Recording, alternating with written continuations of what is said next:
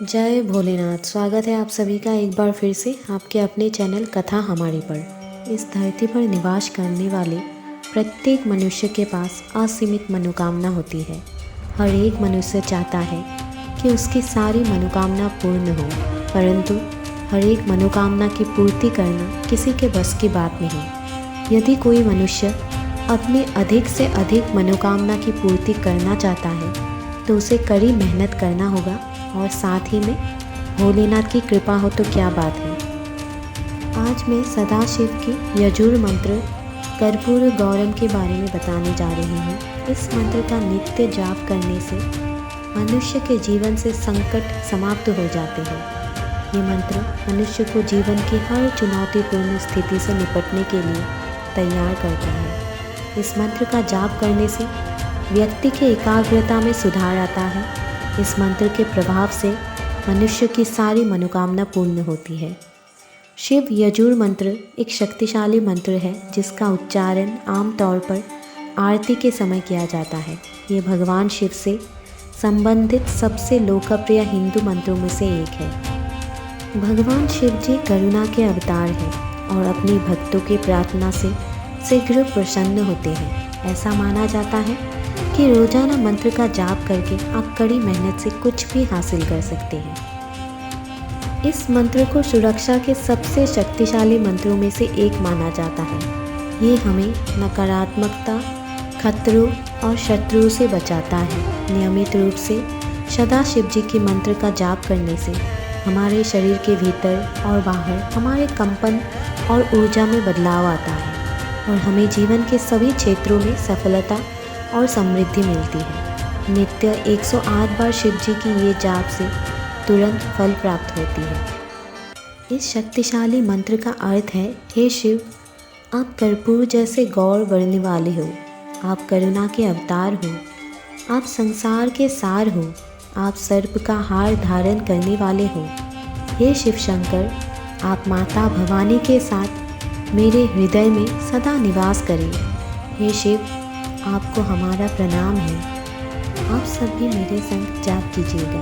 Video को पूरा देखिएगा, आपको प्रत्यक्ष अनुभव होगी भोलेनाथ की इस प्रभावशाली मंत्र से। चलिए जाप आरंभ करते हैं। उससे पहले वीडियो को लाइक कीजिएगा और सब्सक्राइब का बेल बटन दबाना ना भूलिएगा। कमेंट में ज़रूर लिखिएगा हर हर महादेव, जय भोलेनाथ। चलिए जाप आरंभ करते हैं। कर्पूर गौरम करुणावतारम संसार सारम भुजगेन्द्रहारम सदा वसन्तं हृदयारविन्दे भवं भवानी सहितं नमामि। कर्पूर गौरम करुणावतारम संसार सारम भुजगेन्द्रहारं सदा वसन्तं हृदयारविन्दे भवं भवानी सहितं नमामि। कर्पूर गौरम करुणावतारम संसार सारं भुजगेन्द्रहारं सदा वसन्तं हृदयारविन्दे भवं भवानी सहितं नमामि। कर्पूर गौरम करुणावतारम संसार सारं भुजगेन्द्रहारं सदा वसन्तं हृदयारविन्दे भवं भवानी सहितं नमामि। कर्पूर गौरम करुणावतारम संसार सारं भुजगेन्द्रहारं सदा वसन्तं हृदयारविन्दे भवं भवानी सहितं नमामि। कर्पूर गौरम करुणावतारम संसार सारं भुजगेन्द्रहारं सदा वसन्तं हृदयारविन्दे भवं भवानी सहितं नमामि। कर्पूरगौरं करुणावतारं संसारसारं भुजगेन्द्रहारं सदा वसन्तं हृदयारविन्दे भवं भवानी सहितं नमामि। कर्पूरगौरं करुणावतारं संसारसारं भुजगेन्द्रहारं सदा वसन्तं हृदयारविन्दे भवं भवानी सहितं नमामि। कर्पूरगौरं करुणावतारं संसारसारं भुजगेन्द्रहारं सदा वसन्तं हृदयारविन्दे भवं भवानी सहितं नमामि। कर्पूरगौरं करुणावतारं संसारसारं भुजगेन्द्रहारं सदा वसन्तं हृदयारविन्दे भवं भवानी सहितं नमामि। कर्पूरगौरं करुणावतारं संसारसारं भुजगेन्द्रहारं सदा वसन्तं हृदयारविन्दे भवं भवानी सहितं नमामि।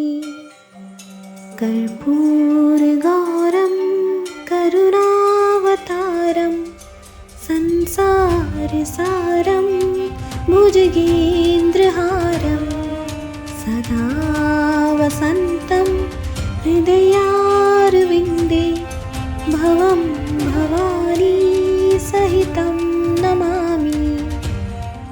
कर्पूरगौरं करुणावतारं संसारसारं भुजगेन्द्रहारं सदा वसन्तं हृदयारविन्दे भवं भवानी सहितं नमामि।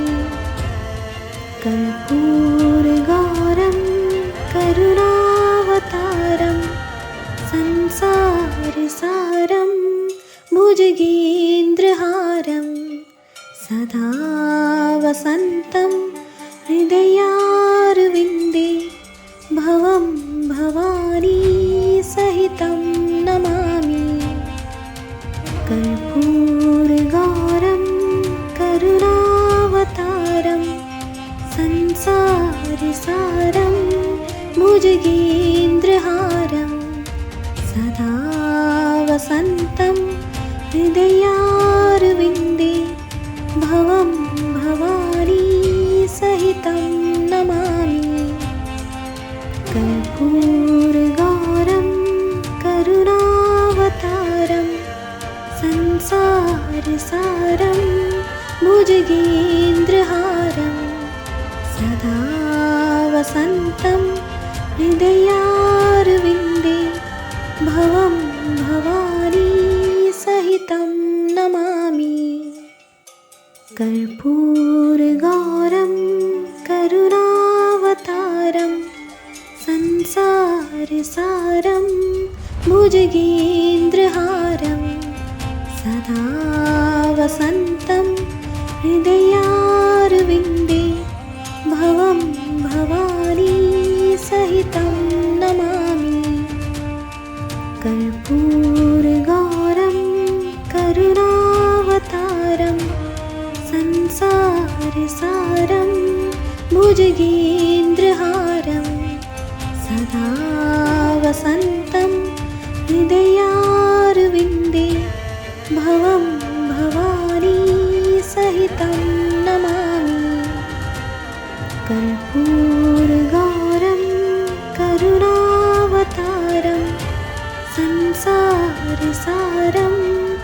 भुजगेन्द्रहारं सदा वसन्तं हृदयारविन्दे भवं भवानी सहितं नमामि। कर्पूरगौरं करुणावतारं संसारसारं भुजगेन्द्रहारं सदा वसन्तं हृदयारविन्दे भवं भवानी सहितं नमामि। कर्पूरगौरं करुणावतारं संसारसारं भुजगेन्द्रहारं सदा वसन्तं हृदयारविन्दे भवं भवानी सहितं